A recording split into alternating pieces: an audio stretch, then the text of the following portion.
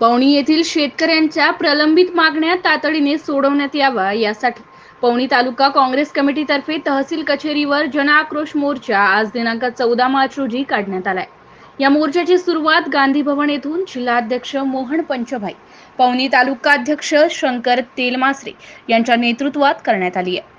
तहसील कार्यालयासमोर मोर्चाचे रूपांतर सभेत झाले। यावेळी जिल्हाध्यक्ष मोहन पंचभाई यांनी केंद्र सरकार व राज्य शासनावर टीका केली आहे। शेतकऱ्यांना कृषी कर्जाची 6% व्याज वसईचा निर्णय रद्द करून 0% पूर्वीप्रमाणेच वसूल करण्यात यावा। कृषी पंपांना कमीत कमी 12 तास वीज पुरवठा देण्यात यावा। गोसी खुर्द प्रकल्पाचा डाव कालव्यातून उन्हाळी पिकांना पाणी सोडण्यात यावे। नियमित कर्जफेड करणाऱ्या शेतकऱ्यांना शासनाने मंजुरी केलेले प्रोत्साहन व बोनस रक्कम त्वरित द्यावी, अशा विविध मागणीचा समावेश होता। यावेळी सरकारच्या विरोधात घोषणाबाजी करून निषेध करण्यात आलाय। मोर्चात जिल्हा परिषद अध्यक्ष गंगाधर जिपकाटे, मोहन पंचभाई, शंकर तेलमासरे, प्रेम सागर रणवीर, युवराज वासने, धनंजय तिरपुडे, अस्पाक पटेल, पूजाताई हजारे यांच्या शेकडो पदाधिकारी व NSUI कार्यकर्ते मोठ्या संख्येने उपस्थित होते।